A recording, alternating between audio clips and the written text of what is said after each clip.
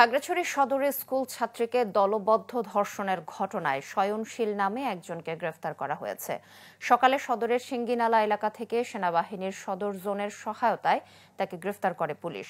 ধর্ষণের প্রতিবাদ ও জড়িতদের সবাইকে দ্রুত আইনের আওতায় আনার দাবিতে যুগ্ম ছাত্রদের ব্যানারে খাগড়াছড়ি সরকারি কলেজ গেট এলাকা থেকে বিক্ষোভ মিছিল বের করা হয়।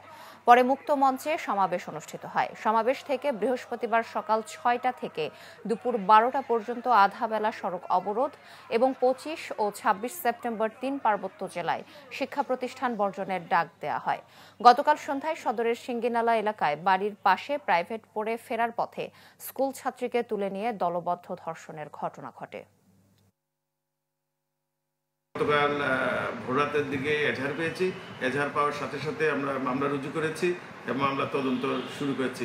ইতিমধ্যে আমরা মামলার ঘটনা সংক্রান্তে সন্দিগ্ধ একজনকে আটক করেছি এবং তাকে জিজ্ঞাসাবাদ অব্যাহত রয়েছে। অন্যান্য কারা জড়িত তাদের সম্পর্কে তথ্য সংগ্রহ করে আমরা পরবর্তী আইনানুগ ব্যবস্থা গ্রহণের বিষয়ে কার্যক্রম অব্যাহত রেখেছি।